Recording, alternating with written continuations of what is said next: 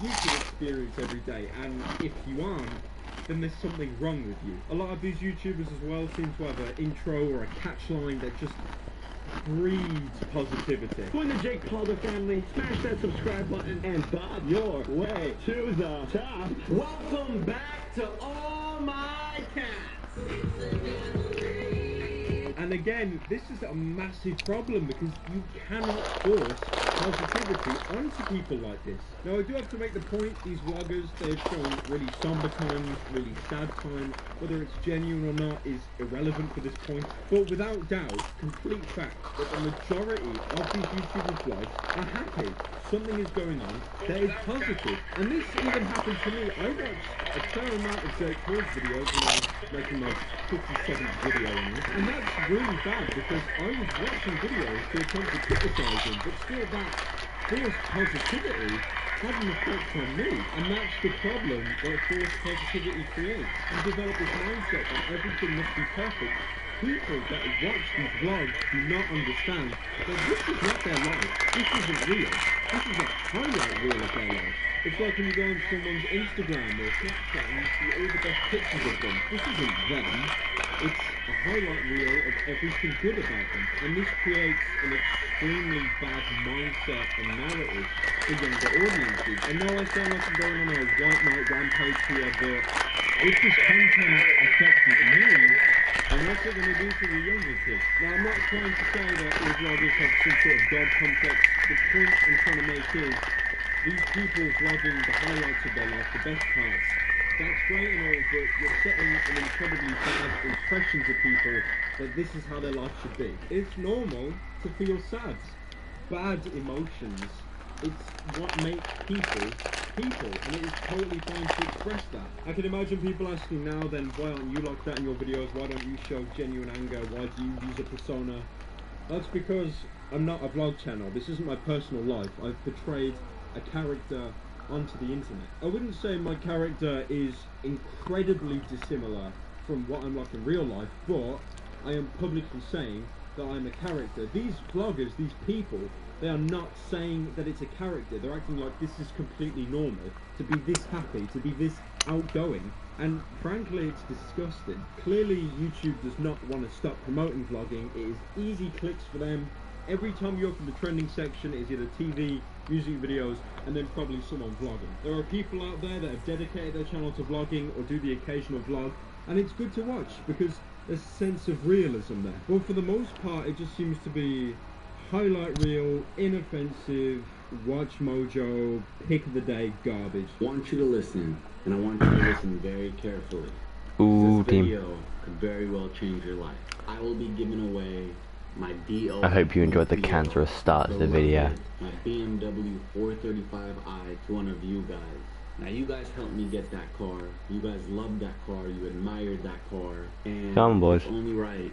You guys supported me for so many years. You helped me get my dream car. It's time for me to give back to you guys. The giveaway is going to a subscriber on the Cats Family channel. This man is giving the BMW as a giveaway if you subscribe to his channel. Derv has got nothing on this guy. Anyways guys, thank you all for watching, very much appreciated. Like I said at the start of the video, I did make yummy a video crisps. before this, quite a long 10th one. foot night. I'd appreciate if you could watch it. I know the watch time on it is ridiculous, but if you could at least give it 10 minutes of your time, that would be great. Also, if you're new to the channel, please consider subscribing. We're on 1.9 mil now. We're so close to 2 mil. Maybe it's... I'm gonna watch Pyrocynical's Pet Scott video while I'm doing this. Pet Scott is a masterpiece. Your boys at Garolina have done it again. In the game, you take the role of this beautiful boy. Let's just call him as you go around collecting a variety of items such as keys, party hats, and even beloved pets. Oh nice, I caught it. And each pet has a detailed description about them, much like reading an item description from Dark Souls. This game was the precursor to linear storytelling. I mean, who cares about Dark Souls really? Like you can turn yourself into a headstone. Who cares? And the music amazing thing about Pet Stuff is that it's abnormally rare. The only actual way to find any footage of it is to visit a YouTube channel with the same name. And for some reason, the guy playing it sounds like Psychic Pedals. Keep going over here. Both of the schmucks. The game is apparently unfinished because there's nothing over here. The visuals give you this nostalgic throwback to games like Spyro the Dragon and Parappa the Rapper.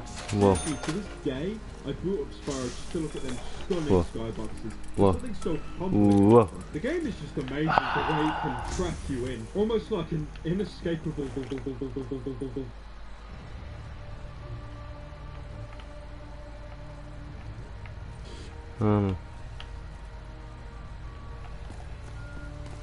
She's in real trouble because then everything will tumble around her.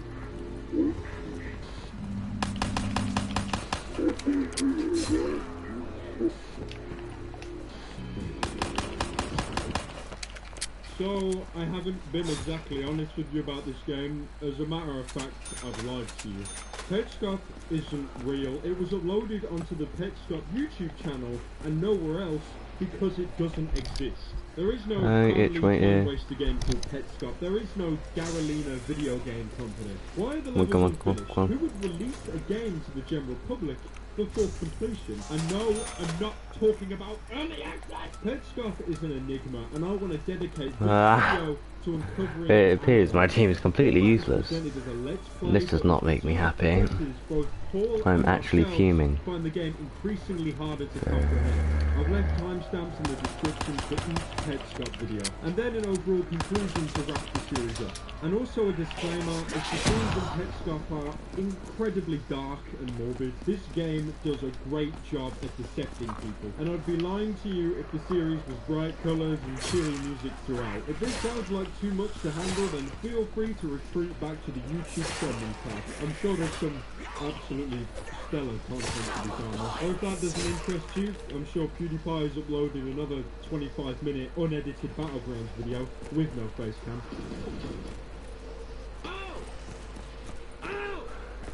Oh. What the fuck? That's a joke, by the way. But the remaining 3% of you, let's begin the breakdown. Come on. The first Pet Stuff video was uploaded the 12th of March 2017. This dickhead's actually trying to save up points instead of being a good player and helping their teammate. It's like the BO1 days where you'd sit around and wait for people to buy doors. Note how the boot up sound for the PlayStation glitches out towards the end.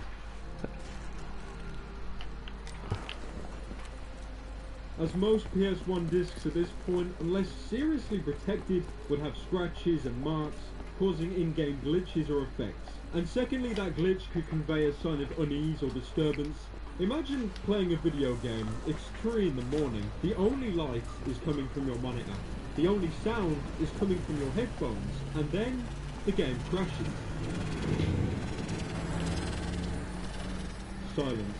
We've all experienced this at some point or another, that unease, that tension taken away from the game into a silent, dark room. I could be massively overanalyzing a boot-up screen, but still, that's the way I interpreted it. The next splash screen shows Garalina, the company that I assume developed and published Pet Stuff.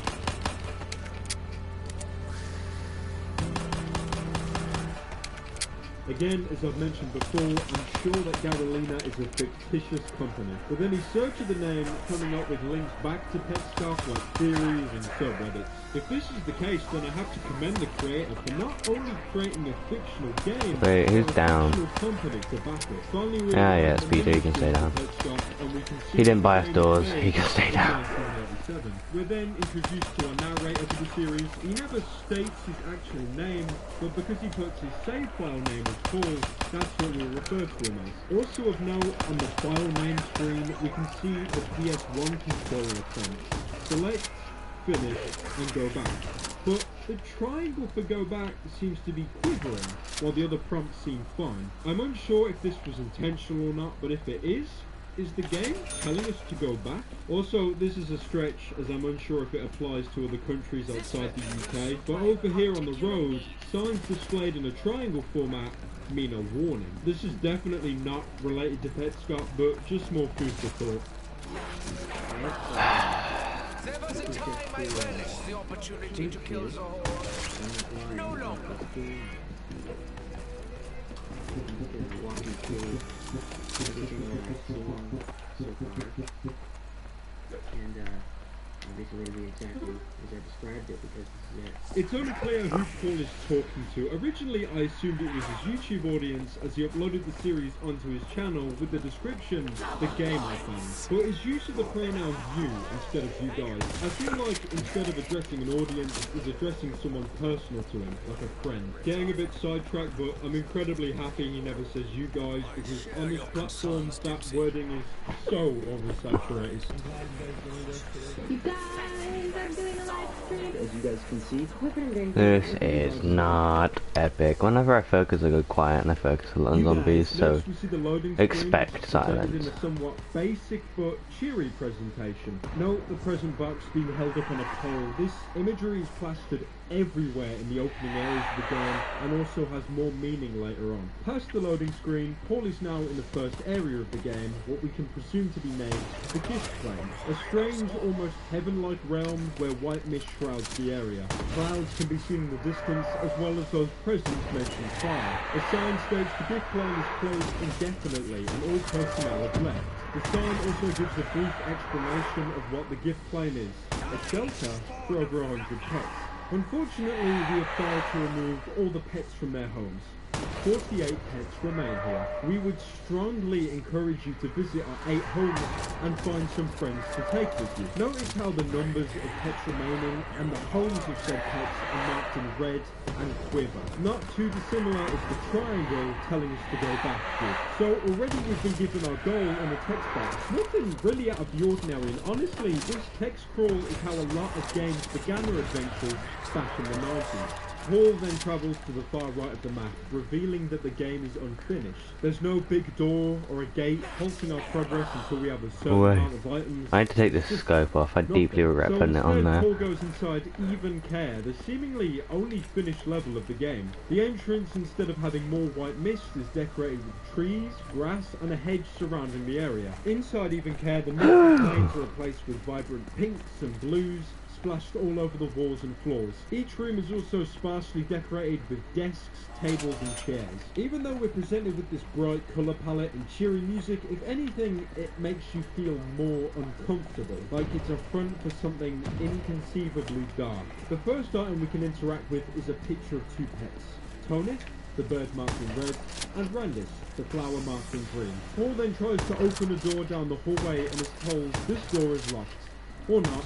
But you don't know how to open doors. This is most definitely a nod to the fact that Paul's character has oversized feet, but no arms or hands to speak of. From here on in, the messages on the boards get more disturbing, much like any other horror game that builds tension. Another sign states, when you're choosing a pet, find somebody that you like.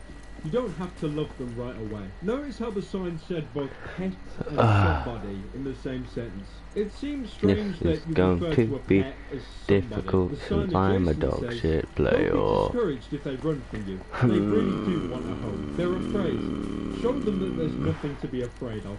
The first pet we come across is Amber. Her appearance is this giant grey ball wearing what appears to be a dark green hat. Look at this fucking fedora, for instance. And although she seems to be locked up inside a small cell, her expression is one of glee. There's a trophy in front of her cage with an inscription stating, she's a real champ for never leaving her cage. And that trophy seems to hold some merit, as Amber is very reluctant to leave her cage. Firstly, Paul opens her cage, which makes her retreat to the empty cage. Paul then locks himself inside her cage. Amber hops back into the cage, thinking it's empty, and we catch her. Paul was only able to catch Amber by tricking her. Amber thought she could return to the safety of her cage, only for Paul to be waiting inside said cage to catch her. Although this was a puzzle, it was definitely one of deception, and we'll notice this is a reoccurring theme throughout the series. Amber's item description reads, Amber is a young boy.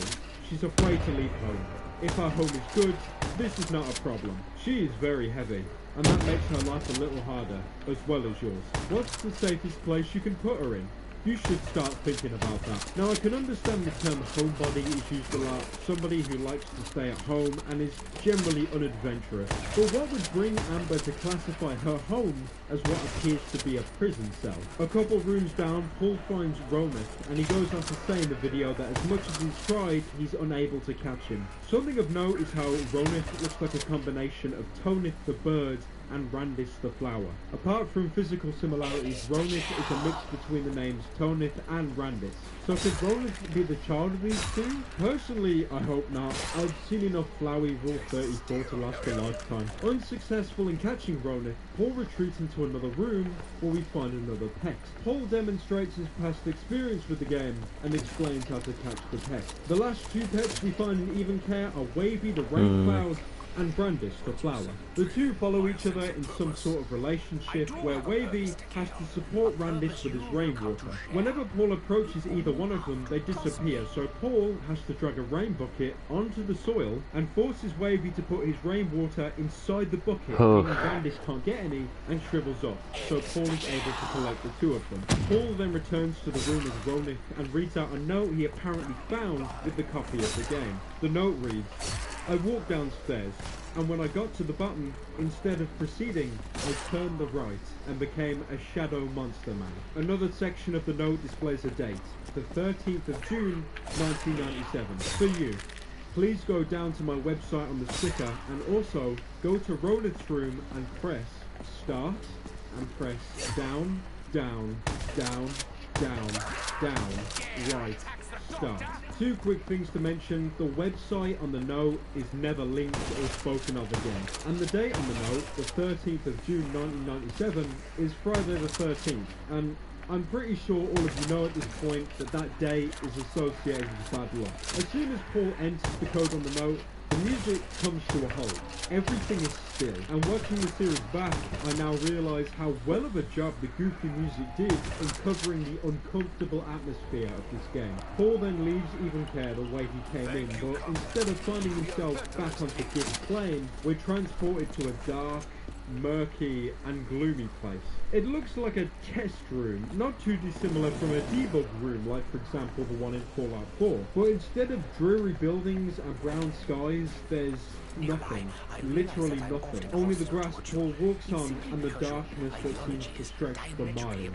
The only visible light now seems to be emanating from Paul's own character. Now, there's something I didn't even realise until multiple viewings of this video. Watch the loading screen when Paul travels from Even Care to here. Did you see that?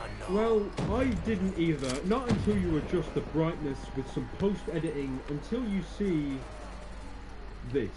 I'm unsure what this is. It looks like a crude drawing of a child, but it's really hard to make out. And it clearly isn't a cheap jump scare because without post-editing, I wouldn't have been able to show you this.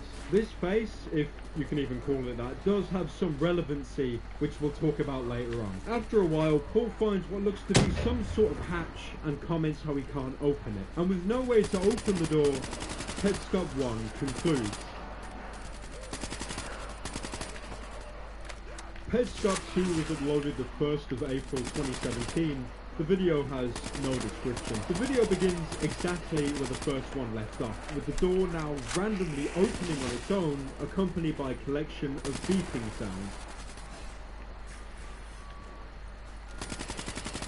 Paul then gives his somewhat confused reaction.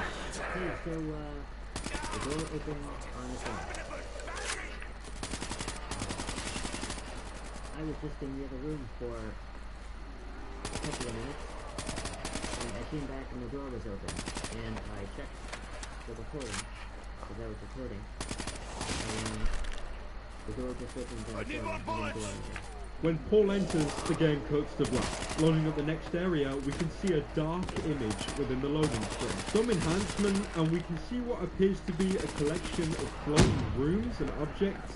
nothing too clear to be made out of. He then walks in front of some sort of vibrating machine. It looks like a generator or a furnace, but honestly I'm not too sure. The model is basic and somewhat featureless, so I'm not sure what to describe it as. Paul then enters the next room and finds some more collectibles. I'm honestly unsure what to label these things, as they're never explicitly given a name. Although they look like an assortment of gems from Spyro the Dragon and rings from Sonic the Hedgehog, I'm gonna call them gifts, as this is a much more fitting name to the overall theme of the game. And some of these items do look like genuine party gifts.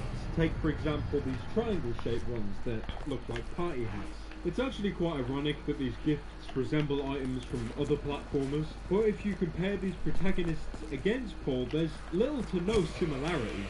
Paul's colour palette is drab and faded, and the enlarged eyes that most characters have, Paul's are tiny. It really shows what a juxtaposition Petscop originally was, with these bright and cheery environments, while your character is incredibly dreary by design. Paul seems to fit so much better in this underworld area.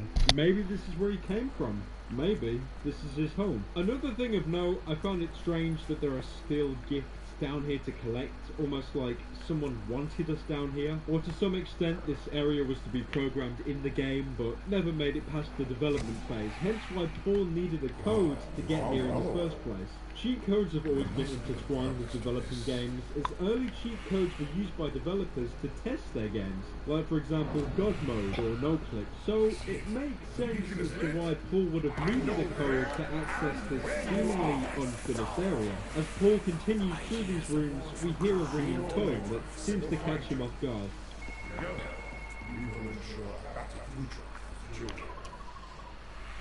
The caller states Claire left the room with Claire marked in yellow. Paul then notices a bulletin board.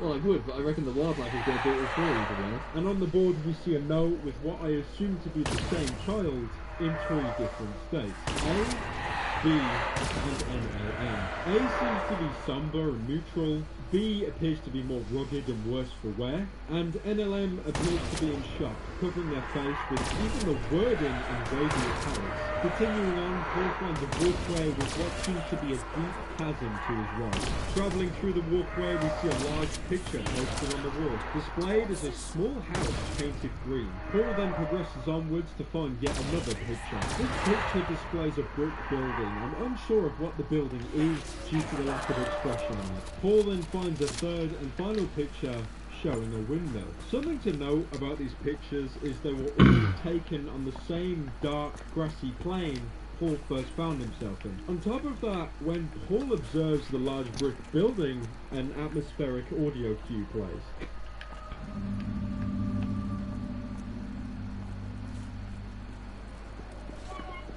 This cue isn't played when inspecting the other 2 pictures, meaning there's something much more ominous about this building. Further up we see what looks like a road with cars travelling on it. Paul tries to explore either direction of the road. There are gifts he can collect, but they end up being dead ends. Paul then walks through a small opening, and the loading screen seems to be showing something. With some enhancement, we can see what appears to be a staircase with a door at the bottom, but also a doorway on the right with what seems to be light emanating from it. This seems to be in reference in the note Paul found in the first Petscop video, talking about going to the bottom of the stairs, but instead of proceeding, he turns right and became a shadow monster man. Paul finds himself outside and apologises for his lack of commentary. Sorry for not talking very much. I'm a little bewildered, if you want to know the truth. This is a little more than I was expecting to see. This area looks similar to the first area after leaving Even Care, but this place has rocks, fencing, and what looks like to be a shed. So we can gather that this is some sort of backyard or garden. Furthermore, there's what appears to be a headstone with eyes. The headstone inscription reads, Michael Hammond, 1988 to 1995. Mike was a gift. This would have meant Michael passed away aged 7, an incredibly dark topic for such a seemingly light-hearted game. 2 things to note is how Michael's name is expressed in pink, and there appears to be a present shape built into the headstone, which reinforces Mike was a gift. This shape worked into the headstone is what we originally saw in the first loading screen and was placed all over the gift frame, further reinforcing the theme of gifts into this game. Paul then comments on Michael's headstone with what I can say the best social commentary to date. That's a dead kid. Paul then enters the shed, and along with some gardening tools, we see an oversized daisy that seems to have broken through the floorboards. Paul then interacts with the daisy, causing it to lose a petal each time, sinking it more into the floor, with the screen shifting to a red tone with every few petals pulled. Before Paul can pull the last remaining petals, he leaves the shed. Paul then enters the adjacent door to the shed, and we're greeted with what appears to be NLM. Now, from what I can gather, this is Care, the child who the phone stated earlier left the room. And I also believe that the daisy in the previous room is linked to Care in some way. When Paul yanks the petals from the flower, you heard a high-pitched tone, followed by a low-pitched tone. The low tone is accompanied by the screen shifting to red, so the red colour isn't random or for every petal, it's for every second petal, which means this daisy would work in a similar way to They Love Me or They Love Me Not, a scenario in which you'd pull the leaves off a petal to decide if someone loves you or not, with the final decision being made on the final petal pulled. To conclude, I think NLM is an acronym for Nobody Loves Me, much like when you pull the final petal from a flower and it concludes with They Love Me Not. The final petal makes a low tone and the screen shifts to red, indicating the petal indeed concluded on They Love Me Not. Paul then leaves and returns to the room with Care to see they're now a disconcerted mess. Broken and glitched textures moving around as if they're in a great deal of pain. Paul tries to catch Care like they're any other pet, but he can't seem to as he clips right through them. Something that genuinely caught me off guard about this sequence is how there's no music. No dark, brooding, atmospheric sound effects. There's nothing, just the broken expression on Care's face.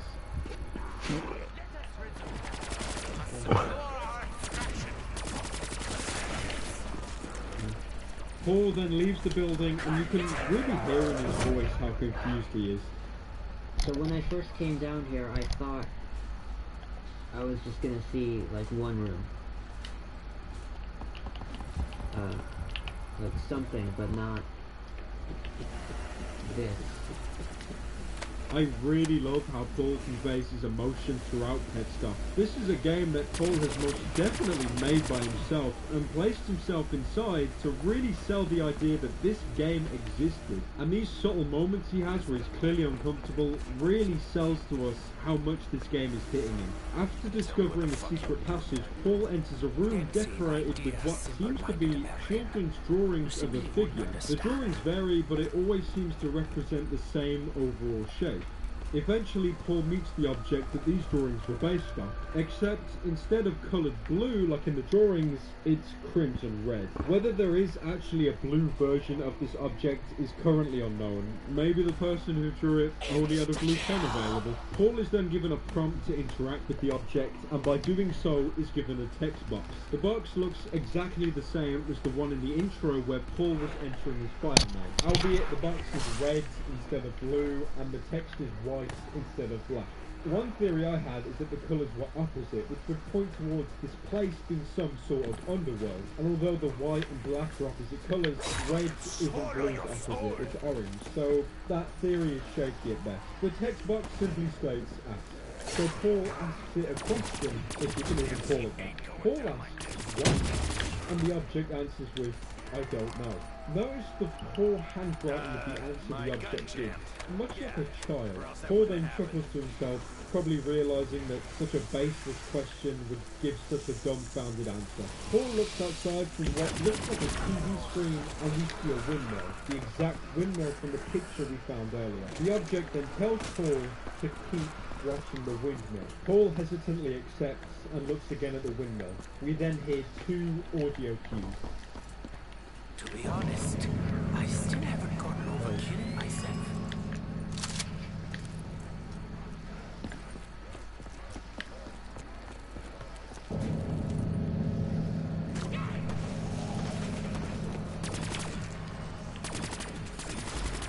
Paul then goes on to explain what his plans are for the future of the series.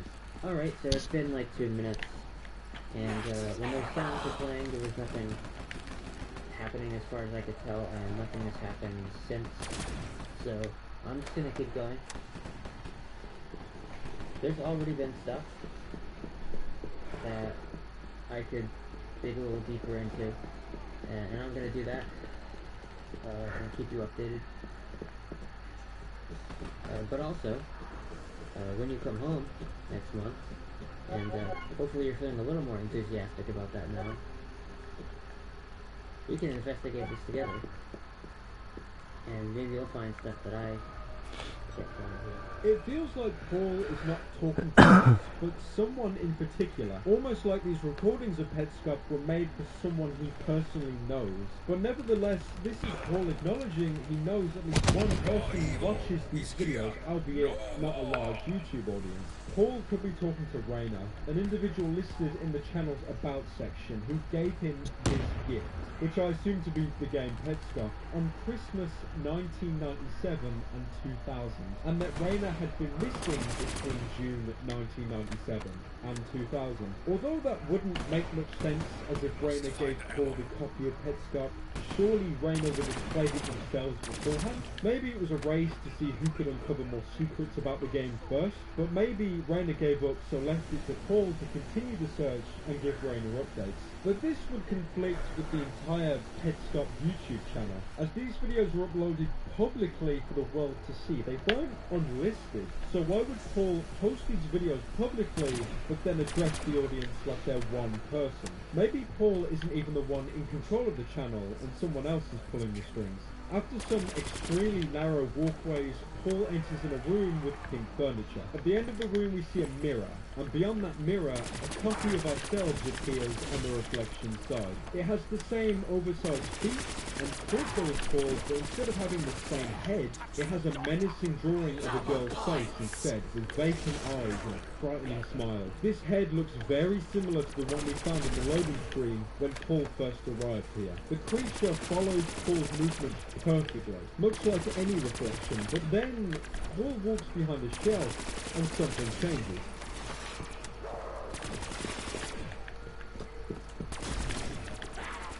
What the fuck? The creature isn't touching Paul anymore, it's moving sporadically on its own volition. It's still following Paul somewhat, but not exactly. It loses attention and it trails off, only to quickly attempt to correct itself. It seems to have very poor attention, much like a child. A few moments later, the creature corrects its behaviour and starts copying Paul's movements perfectly again. It's gone back to a reflection. Also note how the floor says Quitter's Room backwards, but on the reflected side it says the same thing, only the correct way round. This could indicate we're not in our own reality anymore, but a mirror one. A reality similar to our own, but subtle things are different, or maybe it could signify something much darker. Take for example the mirror room from Silent Hill 3.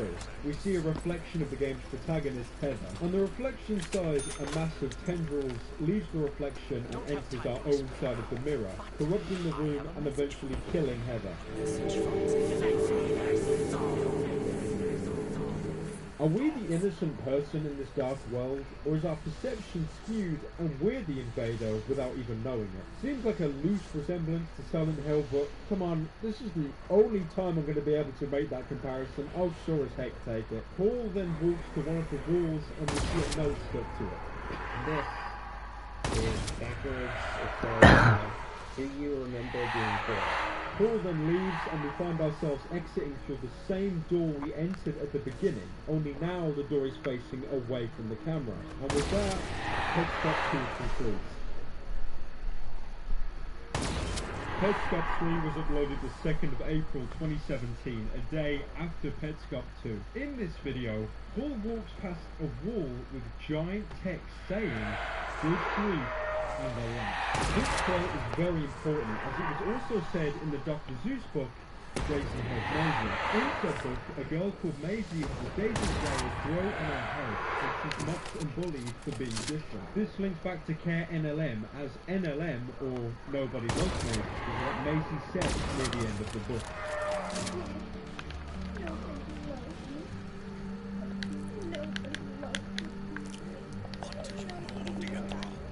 Notice how Maisie and Care both show their distress in a similar way. The most morbid thing about this whole premise with Care is the opposite ending to the Dr. Seuss stuff. As with Maisie, the last petal ends with "They love me." Don't worry, Maisie, they love you. But in Petscop, the petal ends with "They love me not." It's almost like looking through a mirror. Paul then comes across some sort of shaft and he comes to the conclusion he has to place something inside it.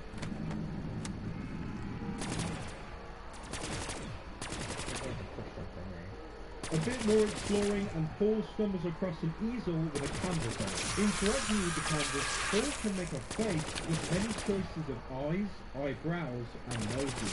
Paul inputs random facial features and seems to have triggered something as the room begins to shake violently.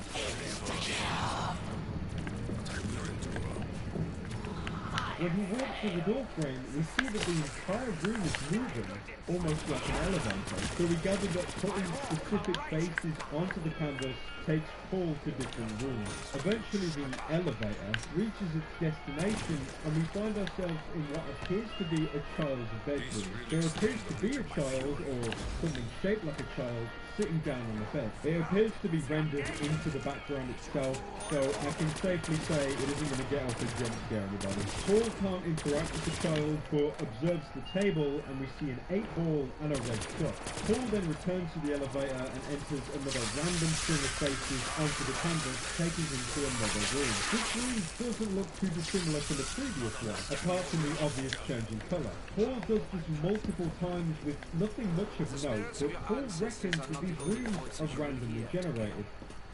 Trust your instincts. Listen to them. There are many combinations of these faces. So, if I were to guess, these rooms are, there's not much variation between these rooms. They're probably generated in some way. So I'll try a few more. Every time I put in one of these, I have to wait for like 10 minutes. So,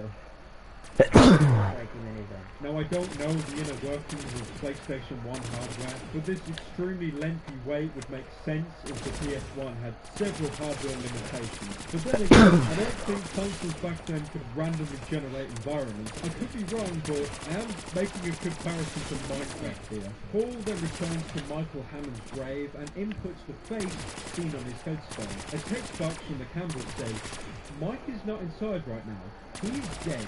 You may visit his room." Inside the room, nothing stands out except on the table. We now see the same red object that Paul was asking questions to in the previous Petscop video. Also of note, there's no child on the bed because, as Paul stated earlier, it's a dead couple.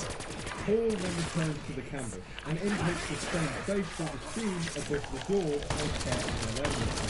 The canvas tells us Care is missing, using the same yellow text for Care that was used when we were told on the phone that Care left the room. So from what we can gather, any colours displayed in text usually signifies a specific person. For example, red for the object near the window and pink for Michael Hammond. Inside Care's room, we see the same object on the table that was in Michael's room, again resembling the object near the windmill, and much like Michael's room, the bed is empty. At the back of the room is a piece of paper attached to the wall. The note reads, "Your wife says Care isn't growing eyebrows." Note again how Care is marked in yellow. You say that's the puzzle. Also note that this text is green. This isn't the first time we've seen green text. The first instance of this was with Randis the flower. But Randis' text has a black and green gradient, but this text has a white and green gradient. So it's best to assume the person talking on the note and Randis are not one and the same. The note continues saying,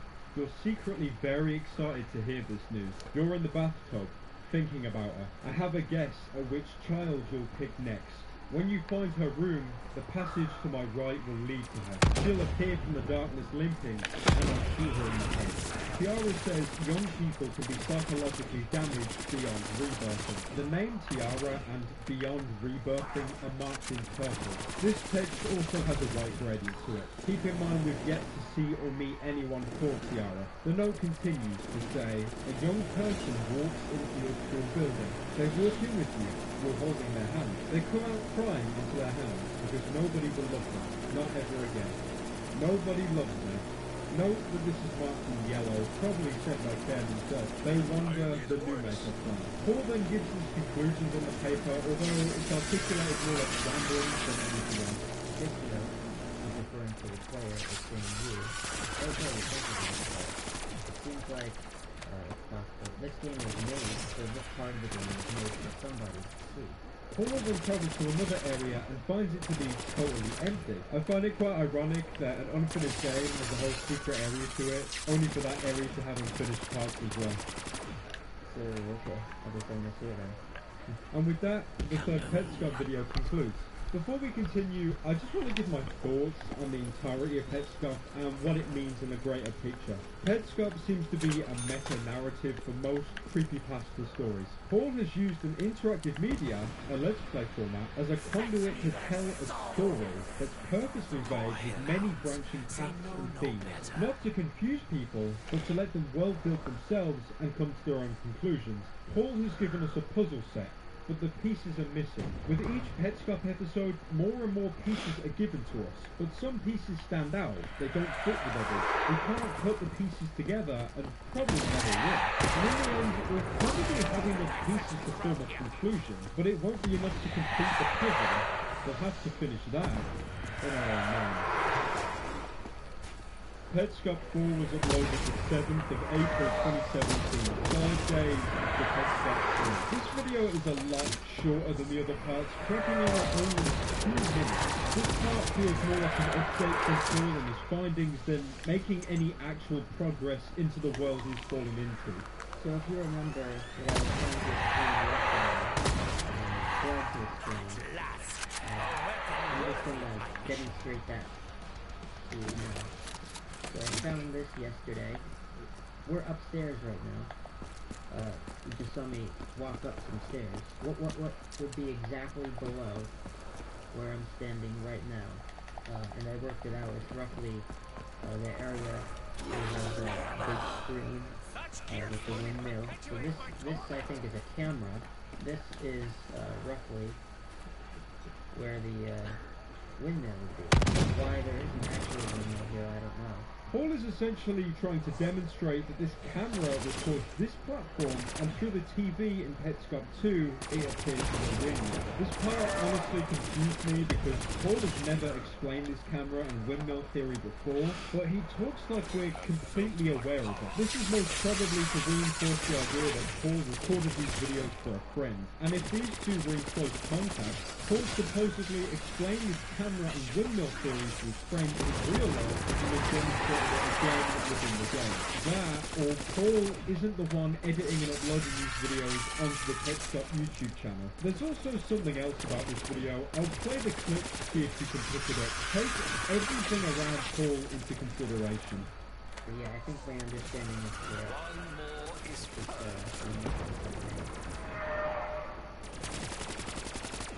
Okay. Did you see that? Keep an eye on the top right of the screen.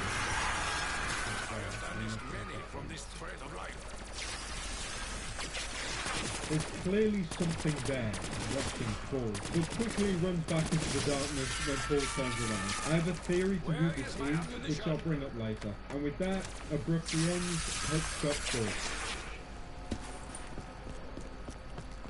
Petscop 5 was uploaded the 11th of April 2017, 4 days after the previous video. It opens with Paul returning back to the red object found near the windmill, and Paul explains his interactions with it. Alright, so I spent a while with this, just asking as many questions as I could think of. Mostly like short,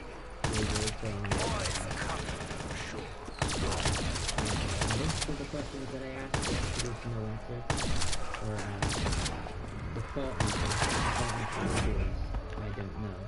Most of them just gave me that, except for 4 of them.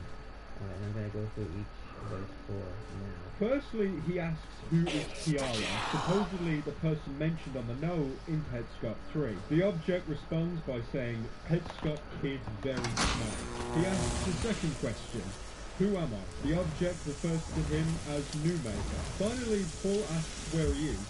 The object responds under the new maker plane. Something of note is how Petscop has many ties to the story of Candice Newmaker. If you've watched other videos analysing Petscop, I'm sure you're fully informed about this horrible tale, but for those who aren't, I'll explain. But be warned, this story is true and incredibly sickening. In April 18th, 2000, Candice Tiara Elmore was separated from her family at the age of 5. She was later adopted by Jean Newmaker, changing Candice's name from Candice Tiara Elmore to Candice Elizabeth Newmaker. Candice was allegedly unruly with her adoptive parent, destroying things and fighting other children. She was later diagnosed with reactive attachment disorder. Jean then discovered attachment therapy and experimental therapy in an attempt to reattach Candice to her adopted mother.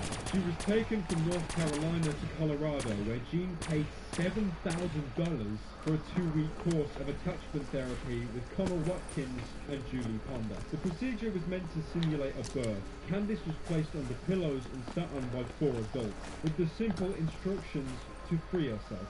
She was asked over and over, do you want to be born or do you want to die? Candice would cry out saying she was dying, to which Watkins would respond, you want to die? Okay then, die. Go ahead. Die right now. Ponder would go on to mock Candice. Quitter, quitter, quitter, quitter, quick, she's a quitter. 40 minutes into the procedure, Candice said her very last word. No. Only 70 minutes into the procedure did they free Candice to find out that she was unconscious. Glue on her lips and fingertips and not breathing. Surprisingly, Watkins was unmoved by seeing an unconscious child, going on to say, oh there she is, sleeping in her ground. Paramedics were able to restore Candice's pulse and she was flown by helicopter to a hospital in Denver. She was declared brain dead the next day due to asphyxia and taken off life support on April 18th. 2000. Both Watkins and Ponder were charged with reckless child abuse, resulting in death, and both received 16-year prison sentences. Jean Newmaker pleaded guilty to neglect and abuse charges and was given a 4-year suspended sentence, after which the charges were expunged from her record. Watkins was paroled in June 2008 under intensive supervision, with restrictions on contact with children or counselling work, having only served 7 of her 16-year sentence.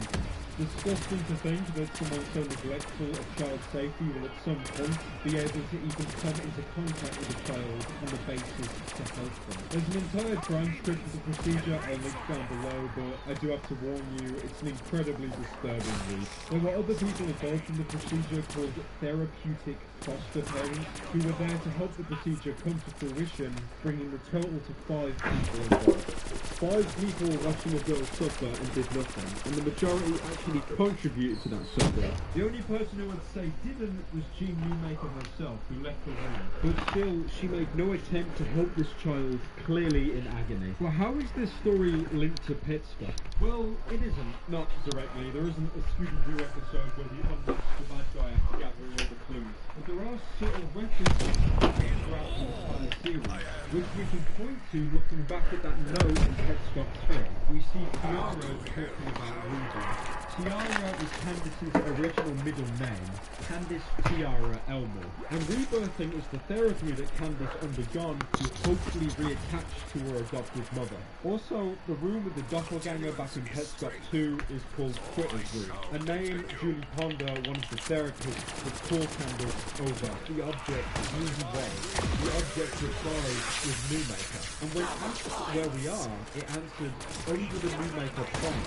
I honestly find it quite hard to believe that Candice Newmaker is referred to in this game, because if you compare the dates, Candice died on the 18th of April 2000, but Petscop was apparently released in 1997, which would mean whoever developed this game would have had to travel in the future, then back into the past. I understand I'm talking like this game is real, which it most likely isn't, but still, that massive plot hole really confuses me. Instead of focusing on Candice, I looked at the meaning for the name Newmaker. One site I found gave its interpretation of the word. Newmaker, an ideal confused of living in a harmonious world. He said that this name came to be naturally loyal and compassionate, developing those qualities further can be beneficial. Service is one of your key beliefs. you know that something is only given once it's earned. Eager to learn, your curious and tolerant essence like study. Not the biggest fan of secrets, rather than keep them, you want to unveil them. Perceiving other people's feelings on a deeper level is made possible by your distinctive empathy. This essentially lets you read others like an open book. Your interest in psychology can lift your observational and deduction skills on a completely different level. Now, I couldn't find this on any other site, so unfortunately this might be the case that it's just a bunch of randomly generated nonsense, much like opening a fortune cookie. But nevertheless, the fact the meaning of Newmaker is apparently to unveil secrets and an interest in psychology really ties to Paul's character, who uncovers the Newmaker sound through a secret code. An interest in psychology ties back to candidates having constant run-ins with people who work in that field. Newmaker could be a title given to people that enter the Newmaker plane for the first time. This isn't the first time in media where the protagonist enters an alien world and is proclaimed the chosen one to fix everything. I think this was a purpose design choice, to give subtle references to the Newmaker story but not enough to have a conclusion. Petscop isn't about Candace Newmaker. From the way I see it, we're travelling through a broken and unfinished world where very little makes sense. We'll see worlds, stories, fact and fiction intertwine with one another, but it will never be the thing spearheading Petscop. After a while, the object goes from a crimson red to a bright pink and catches Paul off guard. Paul asks the now pinked object who it is. At first it seems that the object is broke and can't give answers anymore, until a message appears in block capitals saying, "Turn off PlayStation." Now, if we're working with our theory of colours representing characters in Petscop, the sudden change to pink must mean that Michael Hammond is controlling the object, and he's demanding Paul turns off the console. Paul asks why he should. Then Michael responds with, "Marvin picks up tools. Hurts me when PlayStation on." The poor grammar points towards this is said by a child, and Michael was 7 at the time of his apparent death. So this could genuinely be Michael Hammond we're communicating with. The character Marvin Michael is referencing, I'll talk about him later on. When Paul tries to ask the purple object another question, it changes back to its original crimson red. So our connection with Michael has apparently been severed. When asked, "Who are you?" the object replies with "Cool," with the shape of itself clearly drawn. So we now know the name of this character, and I can start referring to it as object because that got really annoying. One thing I noticed going back on this footage, there's a brief moment where Paul's character contorts and glitches out, with what appears to be a semi-transparent liquid hitting the floor. I'm not sure whether this is the game artifacting or done on purpose, but it still really caught me off guard, because up until this point we've had no real jump scares, and honestly, watching the scenes on your own, the tension does an amazing job of playing quick-time. Paul asks Tool one final question. Remember being bored? Most likely a reference from the Twitter room in Petscop 2, to which Tool replies, "I'm not Tiara." Looking into the video description, we see a collection of questions Paul asks Tool. Some could be seen as very critical, like who is Marvin and who is Tara. Sadly, Tool apparently responded to every single one of these questions with eyes closed now. One thing of note is, who is Marvin has next to it in brackets, "We asked this one after the video ended." Paul uses the term "we," which points to the fact that there is more than one person running this channel, even though we've heard no one else narrate except Paul himself. And with that, Petscop 5 comes to a close.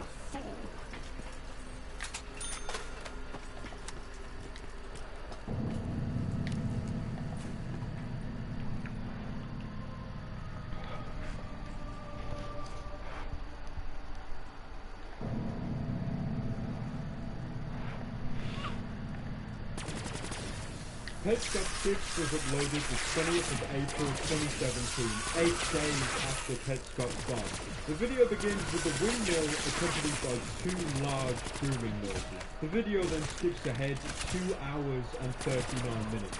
The blades on the windmill slow down and begin rotating anti-clockwise.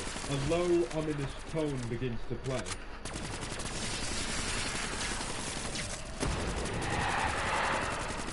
We see a character, not too dissimilar from Paul's close to the shadow. This could be the figure we saw moving behind the windmill in Pitch Stop 4. It would make sense if both of them seem to be in very close proximity of each other. This could even be the Shadow Man the note is referring to all the way back in the first Pitch Stop episode. This figure moves from behind the windmill when we first see it in the video. The dark figure then moves towards the camera, moving it to another direction, and the screen cuts to this image.